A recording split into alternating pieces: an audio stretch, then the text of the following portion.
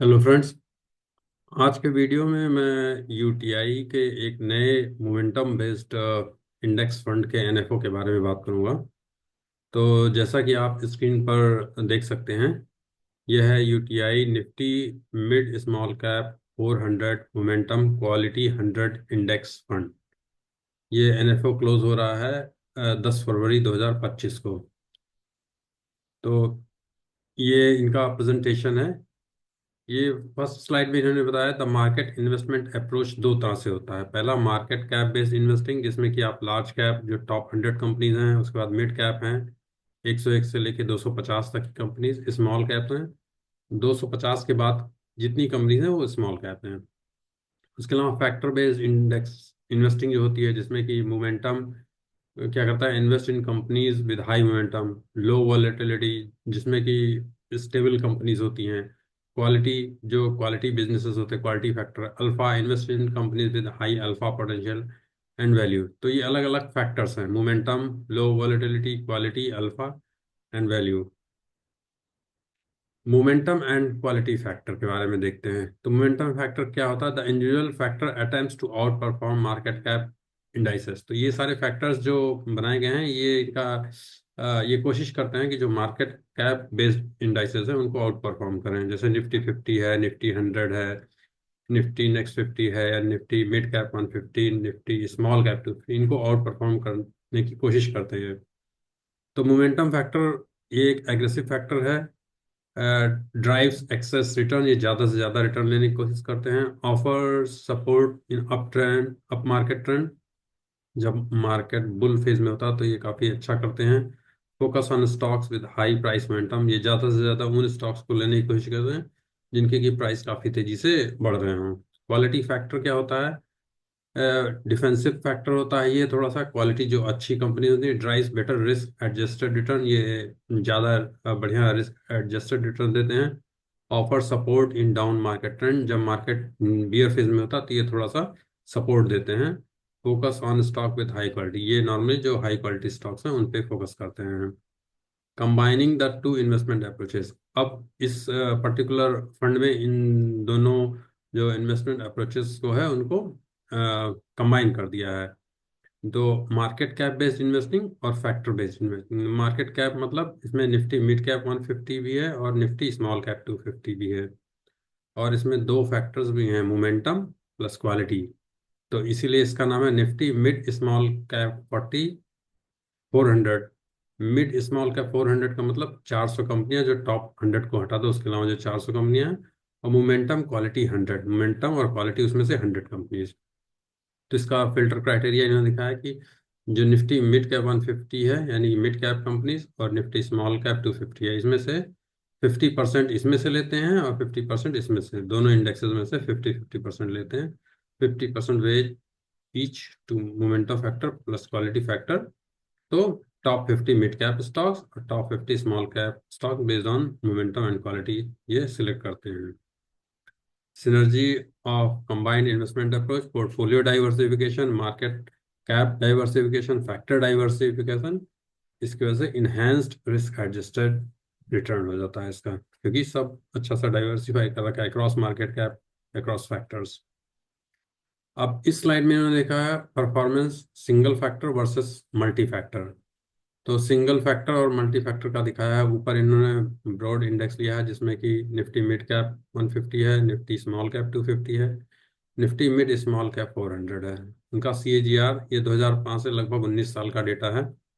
तो 19.09 mid cap 150 का है, 17.05 स्मॉल कैप 250 का है, और मिड स्मॉल कैप 400 का 17.75 है।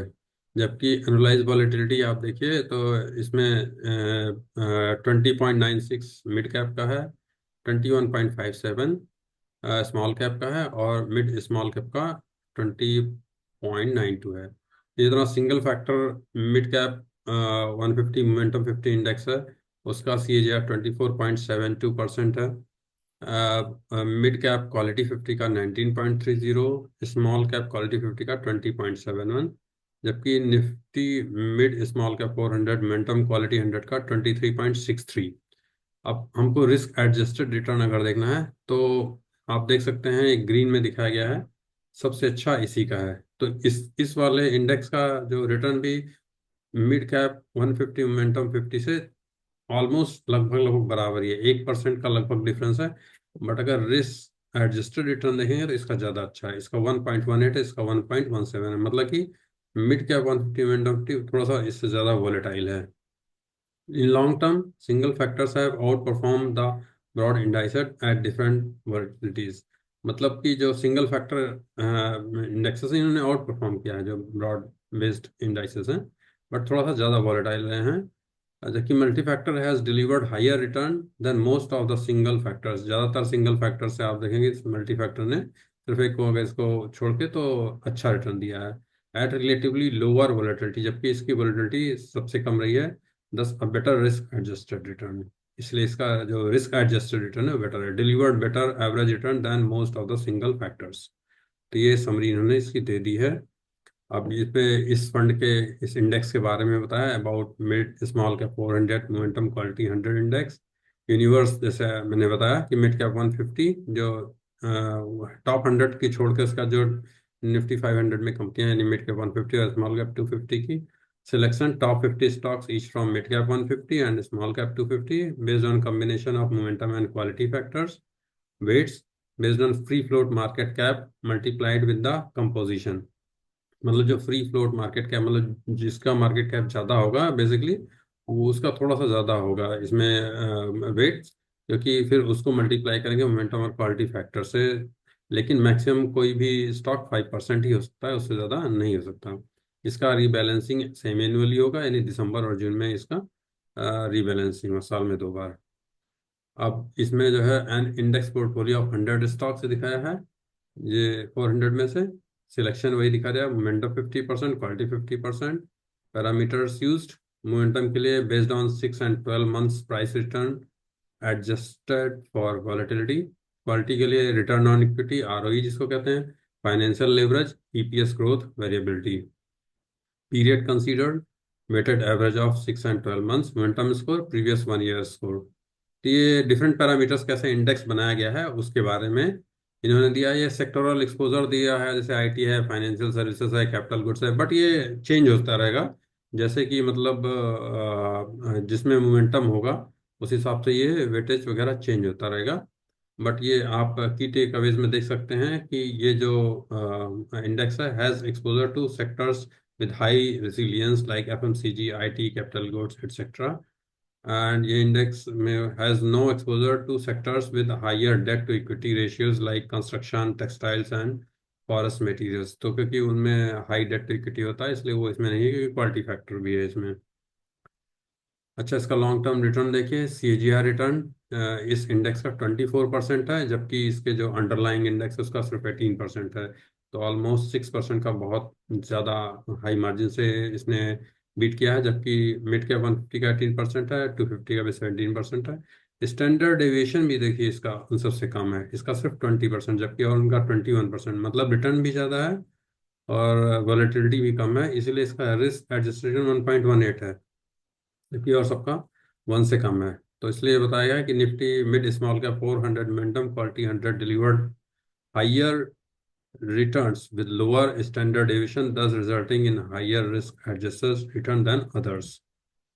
ये इसका रिटर्न है short term and medium term में, 1 ईयर में। ये दिसंबर 2024 तक का डेटा है, 1 year, 3 year, 5 year, 7 year, 10 year and since Inception. तो मतलब पिछले एक साल में जबकि इतनी वॉलेटिलिटी है फिर भी 26.3% का दिया है। तो ये काफ़ी अच्छा है, रिस्क एडजस्टेड रिटर्न इसका काफ़ी अच्छा है। ये फाइनेंशियल ईयर रिटर्न आगे इसमें ढेर सारे दिए गए हैं, आप देख सकते हैं ज़्यादातर में यही ग्रीन है। FY10 में सिर्फ काफ़ी गिरा था, 17 में काफ़ी गिरा था, 21 में भी और सबसे गिरा नहीं बट इनसे कम दिया है अपने अंडरलाइंग इंडेक्सेस से। तो उस हिसाब से देखा जाए तो नेगेटिव ईयर्स में भी इसने आउट परफॉर्म किया, कम गिरा है अपने जो बेस इंडेक्सेस हैं उनसे। तो इसमें रिटर्न में अगर आप समरी में देखें तो 13 times better than Nifty mid small cap 400, 14 times better than Nifty mid cap 150 and 14 times better than Nifty small cap 250 out of last 20 financial years. तो इसने 20 में से 13 बार इन सबसे बेटर परफॉर्म किया है। 13 से 14 बार। Volatility 60% times lesser than others, 60% less volatile है। रिस्क एडजस्टेड रिटर्न दिया है 14 times better than base index.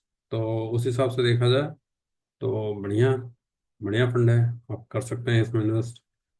Performance consistency across market cycles, ये इसमें अलग अलग दिया गया है। इसका समरी आप देखिए। इस this has delivered better average return than Nifty mid small cap 400, Nifty mid cap 150 and Nifty small cap 50 over almost all return scenarios. तो उनसे बेटर रिटर्न इसने दिया है। नेक्स्ट स्लाइड पे अगर आप देखते हैं तो this has delivered better average return at a lower standard deviation, thereby better risk adjusted return, and this has outperformed base index 92% of time in 3 year period and 100% of time in 5 year। तो rolling return इसका जो निकाला गया पिछले 19+ years का, उसमें 3 साल में 92% ऑफ टाइम इसने अपने पेरेंट इंडेक्स को बीट किया है, और 100% of time rolling return 5 years में बीट किया है। तो उस सबसे अच्छा है। तो आज के लिए इतना ही। ये इसने इन्वेस्टमेंट स्ट्रेटजी ये सब ऑलरेडी मैं कवर कर चुका हूँ, तो आप देख सकते हैं। ये थोड़ा सा डिटेल है। ओपन एंडेड स्कीम है, और रेगुलर और डायरेक्ट दोनों प्लान है। एंट्री एंड एग्जिट लोड नील है। मिनिमम इनिशियल इन्वेस्टमेंट 1,000 का है, उसका मल्टीपल्स में ₹1 का। इसमें जो करंट में मार्केट एक्सपोजर होगा, मिड कैप 76%, स्मॉल कैप 24%। तो जैसा आप देख सकते हैं कि इसमें 76% तो मिड कैप ही है, स्मॉल कैप का एक्सपोजर कम ही रहेगा। तो why this index fund benefit from combination of two factors strategies in one fund: exposure to companies with better growth potential and quality within mid small cap segment, builds style diversification in your portfolio। तो एक diversified portfolio है, अच्छा है। और UTI ही क्यों, क्योंकि इनका index fund का 2 डिकेड से ज़्यादा का एक्सपीरियंस है, और ये बड़ी एएमसी है। तो ये सारी चीज़ें हैं, आप देख सकते हैं। ये एक बढ़िया फंड है, और पर्सनली मुझे अच्छा लग रहा है। मैं देखता हूँ मेरे पास ऑलरेडी कुछ मोमेंटम के एक्टिव और पैसिव इंडेक्सेस हैं, जो कि मैंने अपनी पिछली वीडियो में शेयर भी किया था। आप लोगों ने अगर देखा नहीं, चैनल पर जाके देख सकते हैं। तो देखता हूँ, अगर मुझे थोड़ा सा और स्टडी करता हूँ सही लगेगा, तो मैं शायद इसको भी कंसीडर कर सकता हूँ आगे के लिए। बस आज के लिए इतना ही। अगर वीडियो पसंद आया हो तो इसको लाइक करें, अपने दोस्तों के साथ शेयर करें। चैनल सब्सक्राइब नहीं किया है तो प्लीज़ सब्सक्राइब करें। आज के लिए इतना ही। Thank you.